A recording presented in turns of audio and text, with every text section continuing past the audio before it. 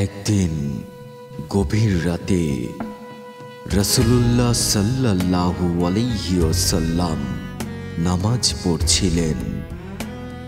নামাজ পড়ার সময় তিনি দীর্ঘক্ষণ দাঁড়িয়ে থাকেন এবং দীর্ঘক্ষণ সেজদায় রত থাকেন।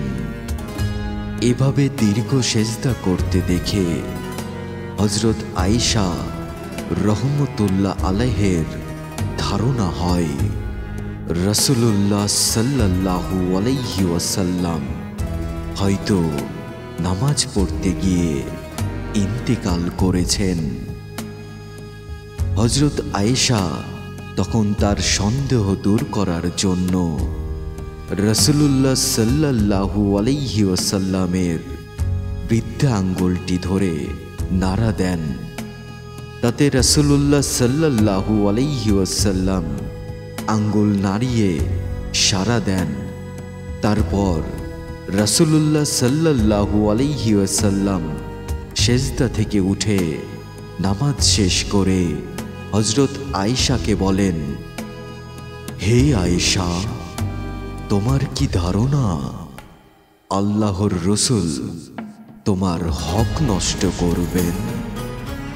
হযরত আয়েশা তখন উত্তরে বলেন, না ইয়া রাসূলুল্লাহ, আপনার দীর্ঘক্ষণ সেজদা করা দেখে আমি শঙ্কিত হয়ে পড়েছিলাম।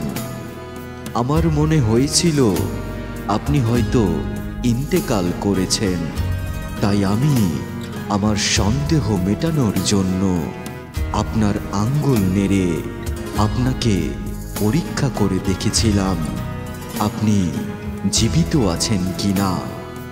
নবীজি তখন আয়েশাকে জিজ্ঞেস করলেন, তুমি কি জানো আজকের রাতটি কি রাত?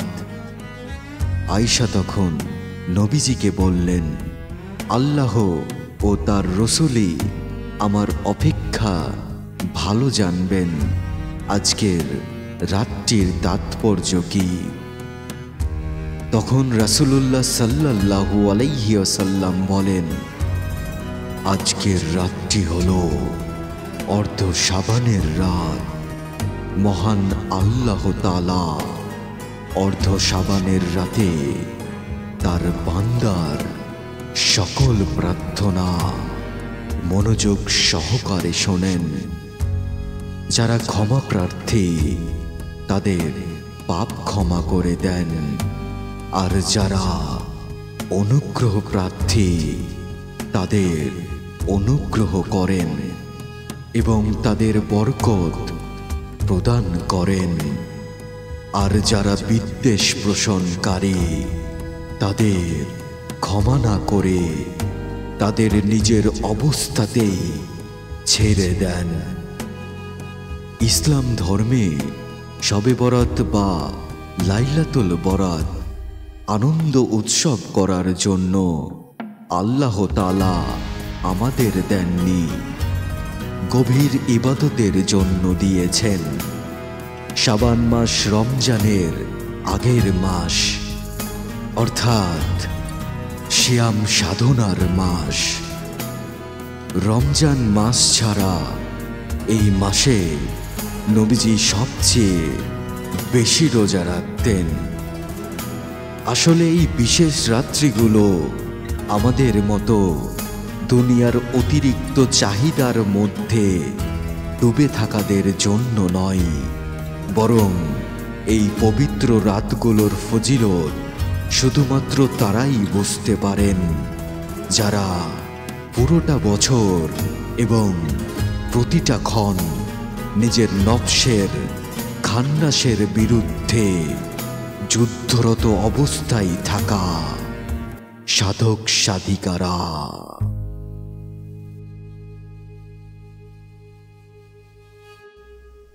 আসসালামু আলাইকুম, জয়গুরু। হিন্দু ভাই বোনদেরকে নমস্কার। সকল গোত্রের মানুষদেরকে আজকে এই শুভ দিনটার শবে বরাত সবাইকে আমার পক্ষ থেকে এবং আমাদের চ্যানেলের পক্ষ থেকে সবাইকে সবাইকে লাখো লাখো শুভেচ্ছা এবং সবার প্রতি বুক ভরা ভালোবাসা এবং আল্লাহ তাআলার কাছে সবার জন্য শুভকামনা করতেছি। তো আজকে একটা বিশেষ রাত আসতে যাচ্ছে।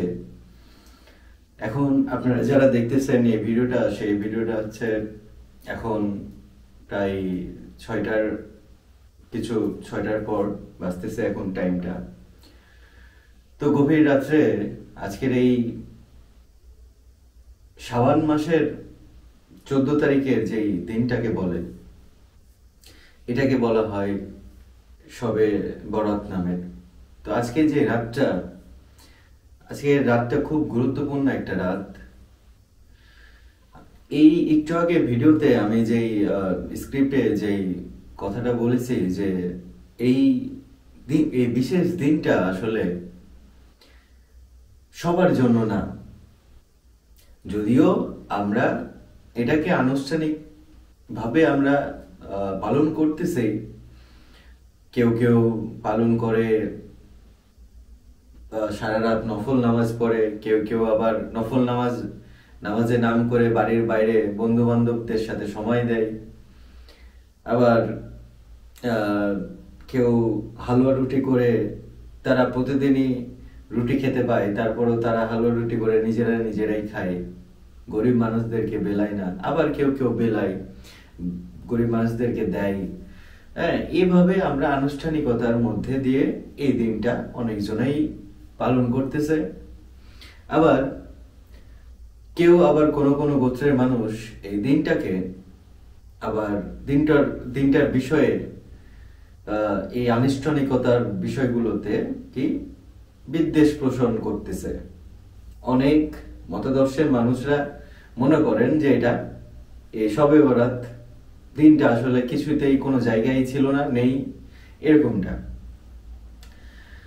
কিন্তু আসলে ব্যক্তিগত গবেষণা এবং সাধনার মার্গে চলার পর আমি একটা জিনিস উপলব্ধ করতে পারছি, একটা তত্ত্ব উপলব্ধ করতে পারছি, সেটা নিয়ে আমি আলোচনা করব আপনাদের সাথে। সেটা আজ থেকে আমি যখন অনেক বছর আগে, প্রায় 10 বছরের কাছাকাছি হবে, এরকম আরো বেশি হবে, 12 বছরের উপরে হবে। তো যখন আমি সাধনা শুরু করি, মারিফতের জগতে যখন আমি প্রবেশ করার চেষ্টা করি, তখন তার আগে সাধনা করতে গেলে এই শ্যাম সাধনা যাকে বলে, মিথ্যা কথা বলা থেকে, সুদ হারাম এগুলো থেকে বের হয়ে এসে শান্ত প্রকৃতিতে অল্প খাদ্য গ্রহণ করে,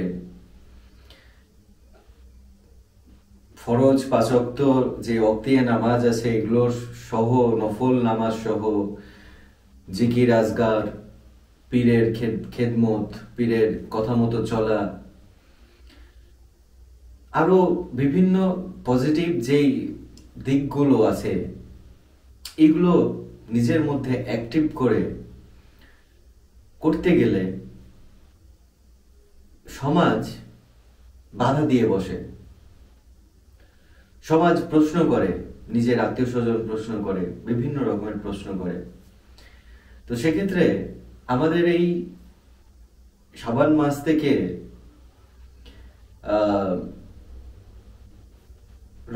রামাদান পর্যন্ত যে সময়টা থাকে, এই সময়টাতে যদি আমরা কেউ গভীর ধ্যানমগ্ন হয়ে নামাজ, জিকির আজগার, সিয়াম পালন, তারপর খাদ্য অভ্যাস পরিবর্তন, অল্প খাওয়া, অল্প কথা বলা, এই জিনিসগুলো যদি করি এই সময়টাতে, তাহলে কিন্তু আমাদের আত্মীয় স্বজন কিংবা সমাজ বাধা দেয় না। কারণ তারা মনে করেন যে এগুলো তো আমাদের ধর্মে আছে, এগুলো করতে হবে, এগুলো করা কোনো ব্যাপার না, কোনো রং না, এরকম জিনিস মনে করে।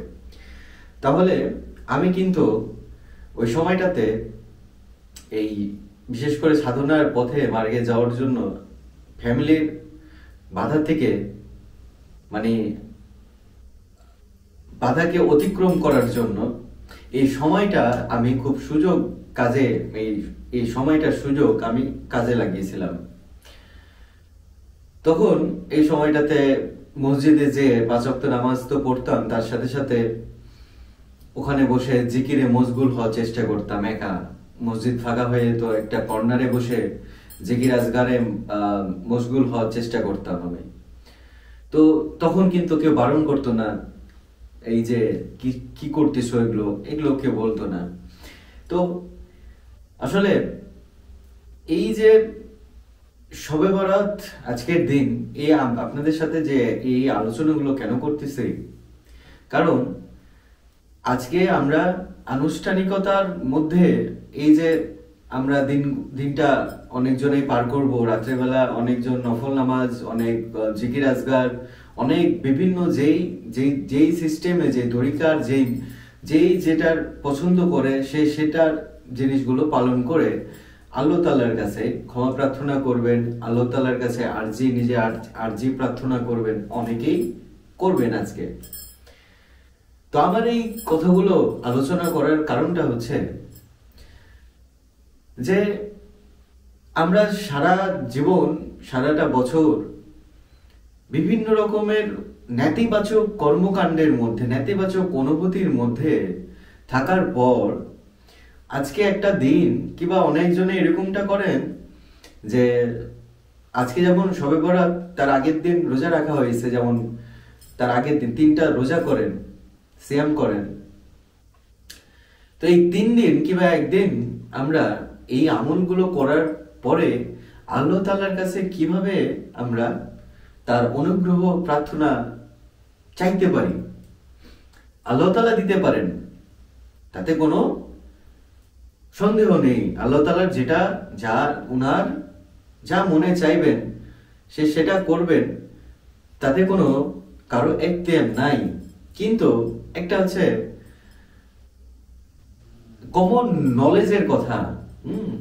কমন নলেজটা হচ্ছে কি, আমরা আজকের দিনটা যাচ্ছে, তার সকালবেলা থেকে উঠে সন্ধ্যা পর্যন্ত কিংবা এই নফল নামাজে কিংবা নেয়াতে আল্লাহ তাআলার কাছে যখন আমি শবে বরাত, এই সৌভাগ্যের যে রাত, এই রাতটা পালন করার আগে সারাদিন আমি কি কর্মকাণ্ডের মধ্যে জড়িত ছিলাম, এবং একটা দিন পালন করলাম, একটা রাত পালন করলাম, আল্লাহ তাআলার কাছে পেয়ে গেলাম, এরকম চিন্তা ধারণ রাখাটা আসলে বোকামি ছাড়া আর কিছুই নয়।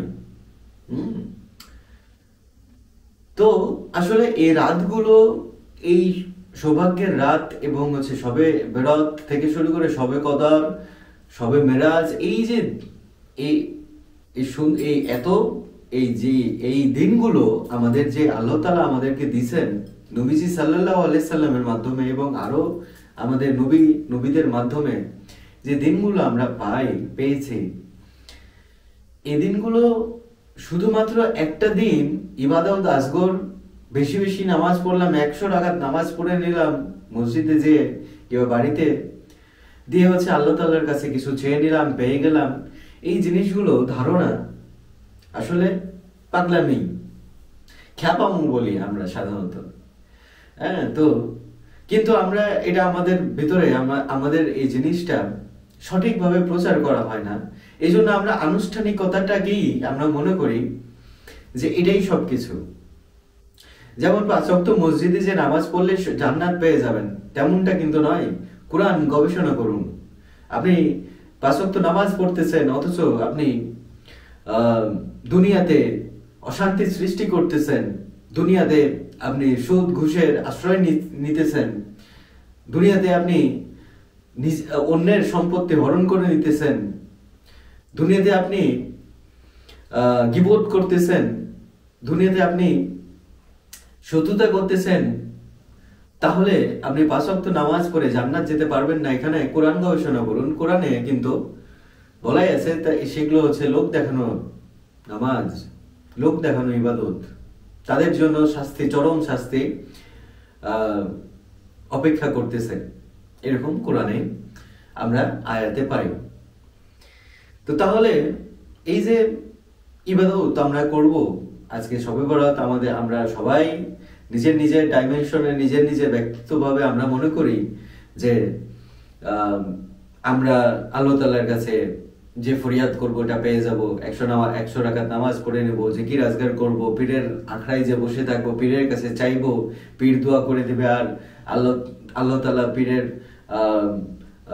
দোয়া কবুল করে নেবেন, এবং আমি রহমত পেয়ে যাব। এই যে এরকম চিন্তাগুলো আসলে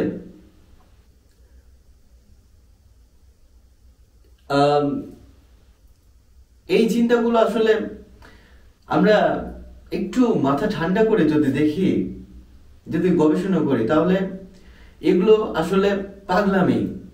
তারপরও আমরা এই জিনিসটার উপরে বিশ্বাস করে আগাচ্ছি চোখ বেঁধে, কিন্তু আমরা কখনো গবেষণা করে দেখতেছি না যে এই যে ইবাদতের যে এই আমলের এই দিনগুলো, এই আনুষ্ঠানিক যে দিনগুলো এবং এই গুরুত্বপূর্ণ চাঁদের সময়গুলো, এই জিনিসগুলো আসলে এই নাটকের জন্য নয়। আমরা নিজের অজান্তেই নিজের সাথে নিজেই নাটক করতেছি। এই জন্যই তো দেখবেন এই রমজান মাস আসবে, রমাদান মাস আসবে, মসজিদ ভর্তি হয়ে যায়, অনেক সবাই কামেল হুজুর হয়ে যান। কিন্তু আসলে এই যে এক মাস না খেয়ে 5 ওয়াক্তের নামাজ পড়ে, তাহাজ্জুদ পড়ে আপনি কখনোই পরিবর্তন হতে পারবেন না। কিভাবে? প্রশ্ন উত্তরটা বিদ্বেষ পোষণ করবেন না, আগে কথাগুলো বুঝবেন, তারপরে আপনারা বিদ্বেষ পোষণ করবেন। এক মাস আমি একটু প্র্যাকটিক্যালি সায়েন্টিফিক ভাবে বোঝানোর চেষ্টা করি, তাহলে আপনাদের আর মতবিরোধ থাকবে না। ধরুন আপনাকে কিছু লিখতে দেওয়া হলো, ধরুন একটা রচনা লিখতে দেওয়া হলো। আপনাকে যদি ওই রচনার বিষয়ে, ধরুন একটা সাবজেক্ট, ধরুন যে একটা ইসলাম নিয়ে রচনা লিখতে দেওয়া হলো, কিংবা একটা মোবাইল নিয়ে রচনা লিখতে দেওয়া হলো, মোবাইল। এই মোবাইলটার বিষয়ে যদি আপনার কোনো ধারণা না থাকে, মোবাইলটা যদি চালাইতে না জানেন, মোবাইলের বিষয়ে যদি পড়াশোনা না করেন, তাহলে কি আপনি এই রচনাটা একদিনে লিখতে পারবেন? যদি লিখতেও পারেন তাহলে লিখবেন অগোছালো ভাবে। যেমন আমি ক্যামেরার সামনে আপনাদের সাথে কথা বলতেছি, এখন আপনাদের এই একজন দর্শককে নিয়ে এসে যদি আমি এখানে বসাই দিয়ে কথা বলতে বলি, তাহলে এই ক্যামেরার সামনে সে কি কথা বলতে পারবে? পারবে না। তো কি করতে হবে? হ্যাঁ, সে পারবে, তাকে চর্চা করতে হবে। কি?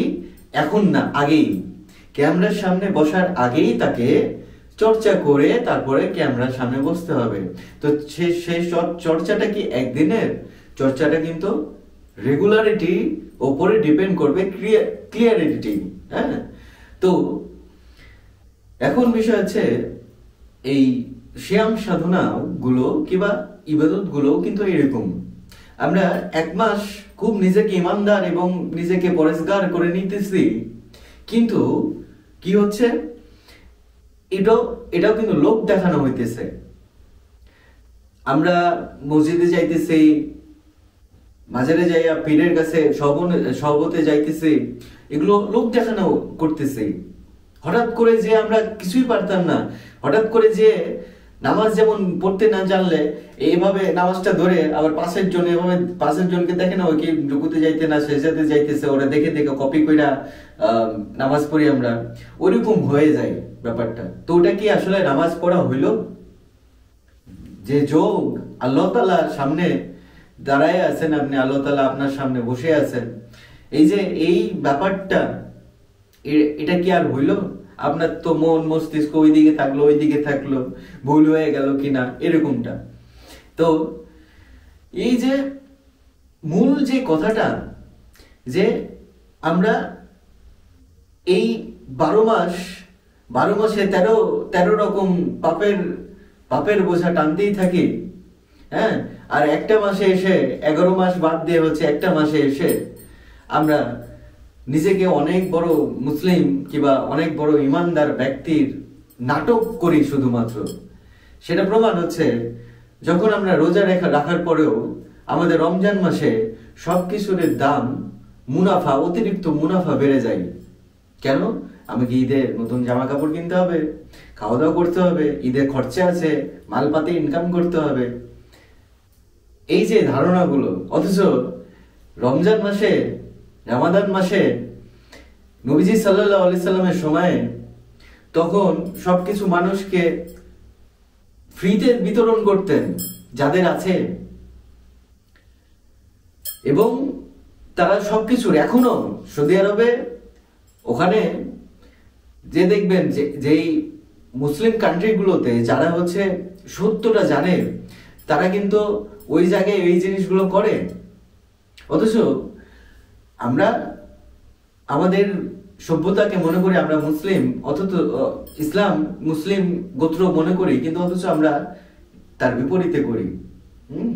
তো এই রমজান বিষয়ে কেন শবে বরাতের ভিডিওতে কথা বলতেছি, কারণটা হচ্ছে এই মাসের 14 তারিখ এই শবে বরাত সময়টা চলে আসা মানেই হচ্ছে এই তো সামনেই আর বেশি দিন নেই, এই তো সামনেই রমাদান চলে আসে, রমজান চলে আসে। এই জন্য আমি আজকে রমজান নিয়েই কিন্তু কথা বলতেছি বেশি। আরেকটা কিন্তু সূত্র আছে কেন কথা বলতেছি, সেটা হচ্ছে রমজান মাসে আমরা খুব উদ্ধার যদি হয় তাহলে 30টা রোজা পাই, কিন্তু এই সিয়াম সাধনা 41 দিনের সাধনা কিংবা 40 দিনের সাধনা হচ্ছে করার উত্তম সময়।